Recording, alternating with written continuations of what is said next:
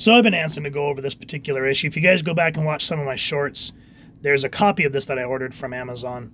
And when I got it in the mail, I opened it up and oh god, it was bad. Like there was spine marks, there was ridges. You open it up, the pages were starting to fall out. I was so agitated. So had to kind of bite the bullet and buy another one. But at least the banged up one I could put in my kid's collection and he can read it with knowing that dad has a good copy for him when he gets older. So, you know, it is what it is. This is Uncanny X-Men 469. And I kind of wish that I had the prior arc. Because, well, I'll pause. You guys could pause this and read it, talking about what happened during this, like, Shi'ar war, essentially. And, yeah, this is kind of a cool down. But, what do you call it, a build up to a next powder keg that is happening here in the fallout of the House of M after the Scarlet Witch said no more mutants. And we will eventually go over House of M. I've just been dragging my feet about getting those books out because, yeah, I can be lazy sometimes. But nonetheless, before we dive into, I think that says Wandering Star. I don't know exactly what that says. This is Chris Claremont and Billy Tam co-plotting in the pencils. John Sybil inks. Brian Habler and Avalon doing the colors. VC's Joe Caramanga doing the lettering. Sean Ryan, assistant editor. Nick Lowe, associate editor. Mike Hart's editor. Joe Quesada, editor-in-chief. And Dan Buckley, publisher. So there are a lot of big names on this book. And I wish... Now, I've talked about how there wasn't comic shops growing up where I lived. As I got older in Hastings, I miss Hastings, but they started getting comics regularly. And so I started really diving back into Uncanny X-Men. And unfortunately, like during that time, I really got in the new X-Men. And then, of course, Josh Whedon's later down the road, Astonishing X-Men. Those two were great. But we still had that big rotten fart in the middle of Chuck Austin. And that turned me off from Uncanny X-Men for so long. And I wish, in hindsight, I would have gone back and just stuck through it. Because right after that Horde run, Chris Claremont jumped back on the book. And that's when the things really started to pick back up. And it makes me wish I would have went back and read Extreme X-Men, which I've never read, but meaning to. I just got so much back issues to go through. It's ridiculous. But nonetheless, even though this is some teen years later after Chris's 10-year plus run on Uncanny, to a degree, it feels like he really hasn't lost a beat. So we open up on Rachel Summers. Of course, Rachel Summers. Each time you wake, there's this delicious liminal moment when you're not quite sure yet what's real and what's still a dream. How do I tell the difference? And then we see the Sentinel poking out the window. My dreams have happy endings. This is reality. My whole life, Sentinels have been one of the X-Men's defining threats. They're one of the main reasons for the team's very existence. Our self-appointed role is to protect mutants, and by extension, all humanity. Sentinels were designed to kill us. Now, by government edict, they're practically part of the family. Whew! That's a way to start a new arc. Because you're thinking, what the hell's going on here at the Xavier Institute? And then we come to see that the government officials that are monitoring the mutants aren't as great as they're supposed to be. Or should I not say it? How do I put this? Not as civil as they should, because certain voyeurism happens and Rachel's able to kind of monitor them. And what weirds me out is when they introduce Val Cooper as the government liaison for X Factor, you could see how she was torn between two worlds and how she could be a hard ass. But here, I don't see that, though. I don't see it as much. Like, she says that her hands are tied, but I don't see the bitchy Val that we're used to from the Peter David run. Because as everything's happening, their network's taking over and we're introduced to this guy named Bean. Weird name, but he's talking about everything that's happened since M-Day and all the mutants losing their powers. Here's the state of the world after M-Day. In the worst outbreak of violence this far in a Central Asian city, mobs drove all the known mutants, now powerless, to a clinic formerly operated by X-Corps and torched the building. Didn't much matter that a lot of the rioters had been patients of the mutant healers, that some were neighbors. The former mutants begged for mercy. Local police did nothing. And so I guess I can kind of see how Val is not being bitchy because she's trying to keep a powder keg from happening. And even Bishop understands, him from being the alternate reality that he's from. Storm's saying, I need to come home from Wakanda. And he basically says, you need to stay where you are.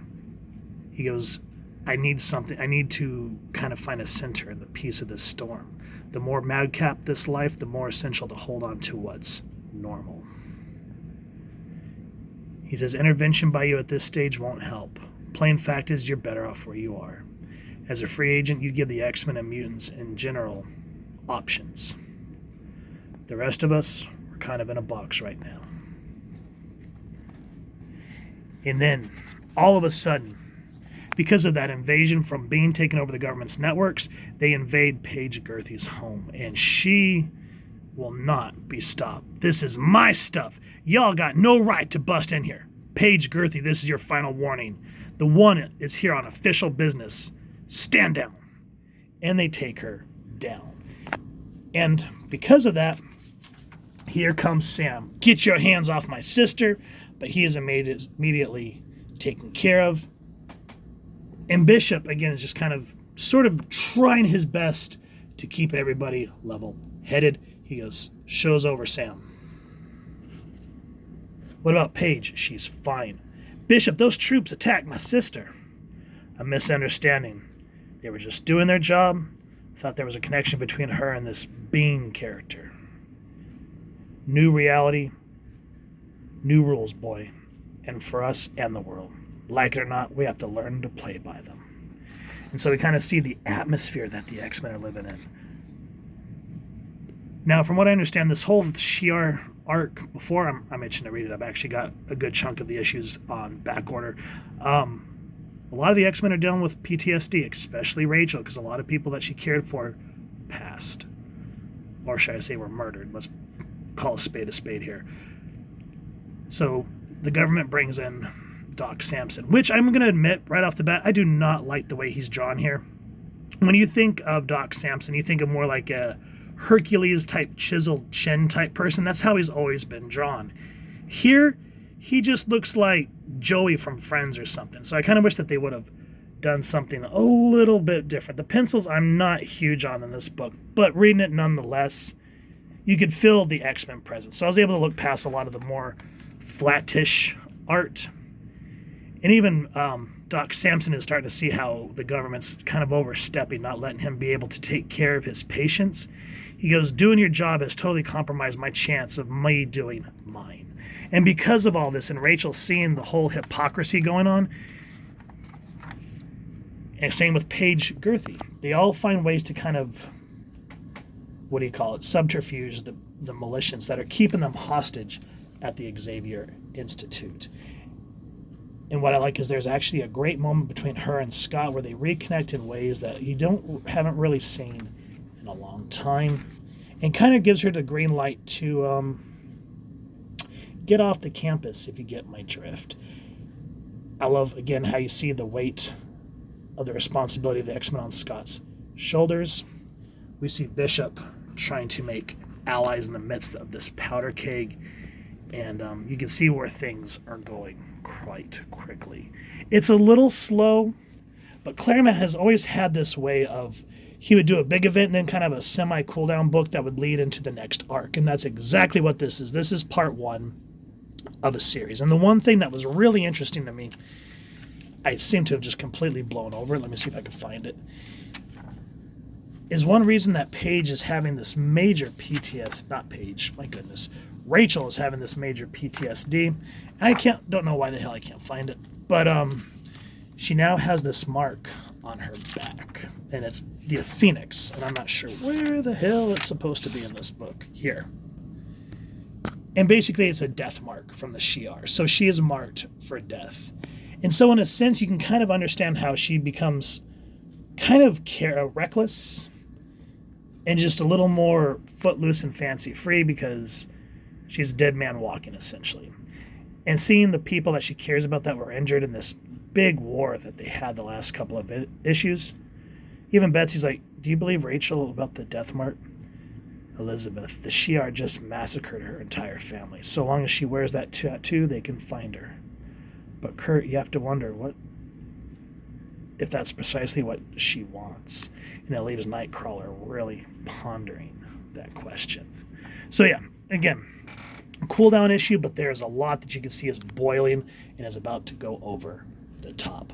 Highly recommend it, guys. The artwork, 50-50 for me, but having Claremont back on the X-Men book, I am on board. So if you've enjoyed what you've seen, please first and foremost support your local comic shop or wherever it is like to get your action figures and comic books and grab this issue. And if you wouldn't mind hitting that fancy little X bell next, subscribe. That way as I continue to upload content, you guys get notified. Come to the channel, and I love talking with y'all and hearing your thoughts and feedback down in the comments below or the socials. We'll try to make sure to leave the links down in the description. So with all that said, hope y'all continue to have an absolutely amazing day reading, and happy hunting, everyone.